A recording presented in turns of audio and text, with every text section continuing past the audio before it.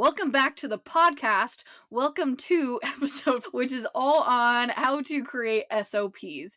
First off, though, what the heck is an SOP? I remember when someone was like, you should create SOPs for your business. I was like, SOPs? I'm like, I don't know what that means. I immediately went to Google. I was like, what the heck are they talking about? SOP means standard operating procedure, but really, what the heck does that mean? It's actually very simple. It's just a written set of work instructions for a task. So think like step-by-step instructions that you and or your employees can follow to be more efficient, reduce mistakes, and also control quality ultimately. I like to think of it like a flow chart. If blank were to happen, then do blank. Or if you've seen those flows where it'll ask a question and then based off of whether or not you say yes or no, then you'll get a different answer or you'll get put into a different flow. That's what you want to think of when it comes to SOPs. What types of SOPs do I recommend creating?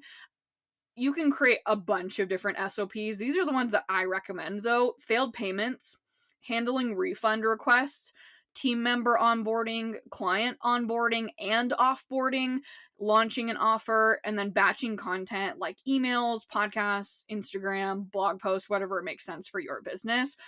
That being said, that's obviously just to name a few. You can create SOPs for basically anything in your business that you follow a step-by-step process. And again, it's just a step-by-step process that you put into a document. I will say that you would be surprised by how many things have a step-by-step process, even when you think that they don't, as you start thinking about implementing SOPs in your business. So think of tasks that you repeat in your business. Most of them, if not all of them, can be systemized in this way. For a really long time, I was like, there's no tasks that I do every day. There's no repetition. I do something different. I approach tasks and situations differently each time.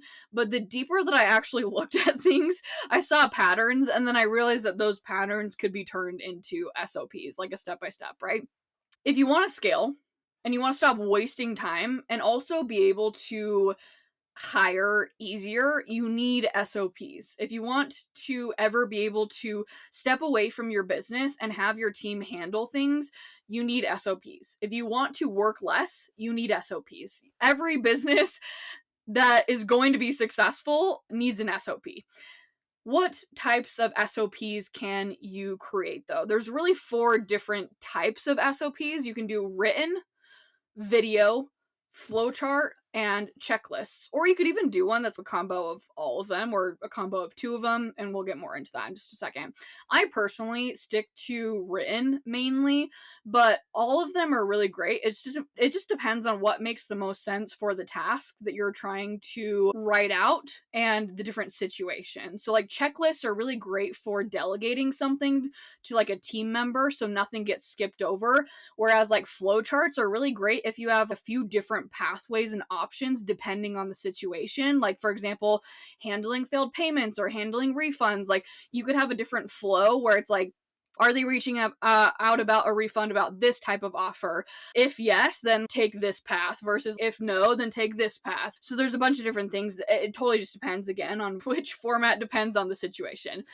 Now, let's dive into the how of creating SOPs. And it's so simple. You're going to be like, that's it? Yeah, that's it. It's very simple. Step 1. And this is, actually, let me preface this by saying, this is a pretty official way of creating SOPs. They don't have to be this official, but I like it to be official because it makes me feel like I'm like, I don't know, like an actual CEO. And I don't know, I just think it's fun. Anyways, okay, step 1, create a cover photo that has a title of the SOP. For example, if the SOP is for handling failed payments, you could have the title be handling failed payments. You want to also have in that cover photo when it was created, so the date that it was created or the date that it was updated, or both if it's applicable, and also who's handling the task. So if it's just you on your team and you're the one that's handling it, you can exclude that. But if there's like a certain person on your team, let's just say your virtual assistant is the one that handles this specific task, then you could write down like their name and their title, something along those lines. Now, step 2, you want a contents page that really just breaks down what can be found inside of this SOP, what pages that they're on. So when you open a book and it breaks down the different chapters, that's what you're going to want there on that page. Step 3 is an overview or a summary of the task and why it's important and any goals that you have with the task. So that way, and this is really important when you start to hire, obviously, like, you're going to probably know why the task is important, especially if you're creating an SOP on it. But when you start hiring other people, they probably don't know why that task is important, what goals you have with that task. Like, for example, if the SOP has anything to do with communicating with customers, maybe you have a goal of communicating really quickly with customers and getting back to them within the first 12 hours of their response or their inquiry or whatever. Like, maybe that's a goal that you have. Write that down on that page. Step number 4 is where you start writing down the step-by-step process. So I like to think of it like IKEA instructions, which actually, that's probably a bad example now that I'm saying that out loud, because IKEA instructions are probably not the best instructions, but any instruction manual where it's like, step 1, do this, step 2, do this. That's what you're going to be putting in this step. And this is where a flow chart is going to come into play, a checklist or written steps. And if you're doing a loom, or I should say, if you're doing a video, I recommend doing it as a loom. I would verbally do all of these steps. So steps 1 through 3 that I just ran through, a cover photo, the contents page, the overview and summary, I would verbally do those inside of a video if you're doing the video SOP. Now, that example, no. No, why did I just say that? I literally, sometimes it's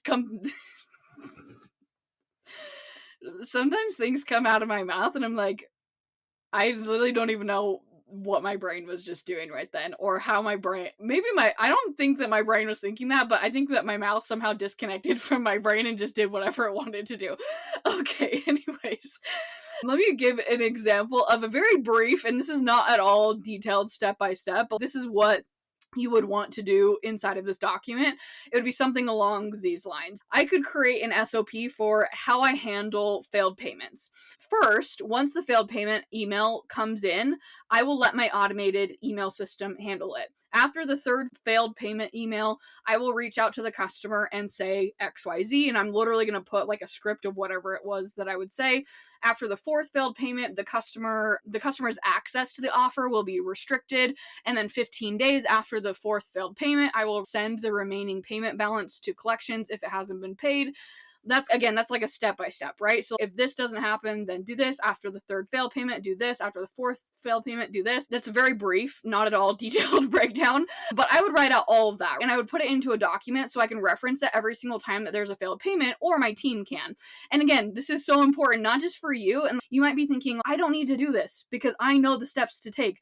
This is so important if you ever want to be able to delegate or automate any of these tasks, because when you go about hiring someone, you're going to have to walk them through all these things. And how easy would it be?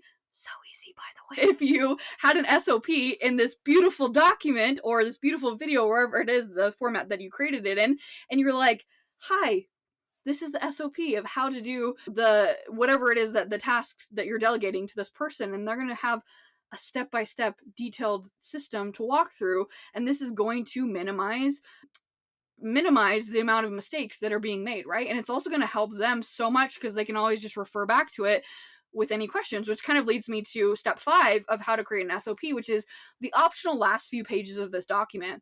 You don't have to do these things, but there are 4 optional things that you could do here. So option number 1, you could add a glossary to this SOP, and this could include like terms, abbreviations. So if you're using, I guess an example of a perfect abbreviation would be like SOP.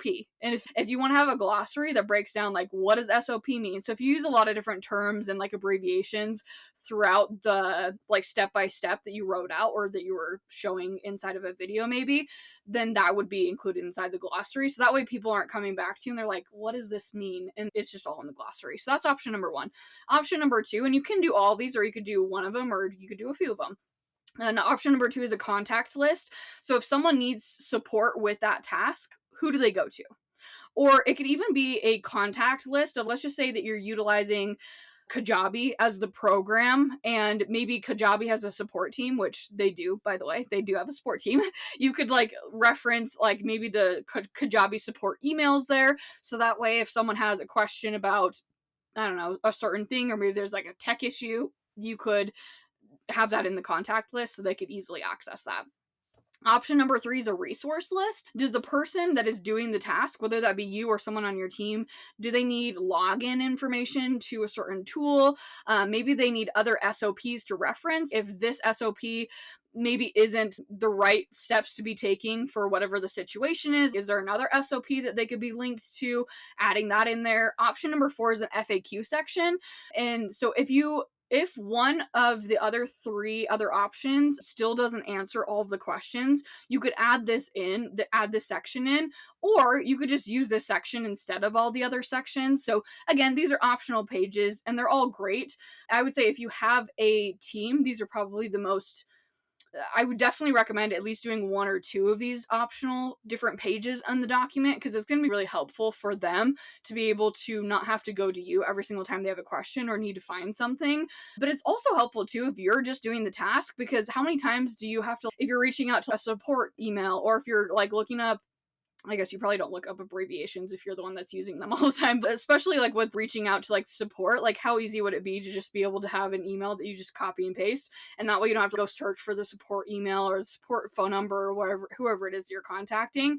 So it can also be helpful for you. And then step number 6, which is not really necessarily like super part of creating the SOP, but still is, which is updating your SOP. So make sure you look at the SOPs at least quarterly to make sure that they're still effective and relevant and that they're doing their job, and that there's not any other steps that you need to like maybe take out or that you need to add in based off of like how your business is growing and evolving. To recap on those 6 steps there, step number 1 is create a cover photo. Step number 2 is the contents page. Step number 3 is the overview or summary. Step number 4 is that step-by-step process that people are going to walk through. Step number 5 are the optional last pages of the document that you want to add in, or that you don't have to add in, but you can if you want to. Step number 6 is just making sure you're updating your SOP. So again, very simple, not complex whatsoever. Basically, it is like that instruction manual. Now, let me give you a few tips though when it comes to creating your SOPs. Create the SOP as you are doing the task. This is going to really help you to make sure that you aren't skipping over any steps, that nothing is missing there. Tip number 2, don't add too much detail. In a sense, actually, the IKEA example was a good example because IKEA definitely doesn't get too detailed. They actually just give you probably just about as much as you need to know, which is honestly pretty good concept to apply to your SOP, because you don't want to get so detailed and have too many steps, because the more steps that you add in and the more it's super detailed, unless it's very clear and simple and broken down in a very simple way, it can lead to things getting missed. And it also leads to making things not as efficient, which is totally the opposite of the purpose of the SOP in the first place. Another tip is make sure that you double check the SOP once it's created to make sure that nothing is missing. So if it's just a team of 1, if you're just a solopreneur, I love you, I'm cheering you on. That's amazing. If that's the case, I would just make sure that you go over it again just to make sure that you're not missing any steps. And if you have a team though, you could have them review it. And then my last tip is use screenshot images to really enhance the clarity of the steps. So instead of it just being written out, like step 1, send this type of email, it's like you could literally show a screenshot of, actually that's probably a bad example, because why would you show a screenshot of an email when you could just copy and paste the text? Okay, bad example there. But anything that like could use a visual example to it, like maybe there's a certain place in the tool or program that you use that people often can't find, you could show a screenshot with maybe an arrow pointing to like how they can find that certain resource. Again, the visuals can really help add more clarity to the process. But also, if it's really visual, you could also just use a video instead of writing it out in text. So that would come back to what is the best way to create this SOP. Maybe the best way, if it's super visual, wouldn't be to do it in a written format. It would maybe be to do it in a video format. Some tools that you can use for the different formats of SOPs. If you're doing a video, you could use Loom, like I was talking about earlier. And if you do like a flow chart, there's a program that's called Lucid Chart. That's a really good one. And if you're doing like checklists and like a written document, you can just use Google Docs, or you could use Canva. It doesn't have to be anything crazy. Okay, that was a lot, all in a short amount of time on SOPs, but I really hope that it was helpful in helping you to get started systemizing your business and really putting the steps into place to be able to scale You're never too early into your business to do this, and you're never too far into business to get started. I'll catch you on the next episode.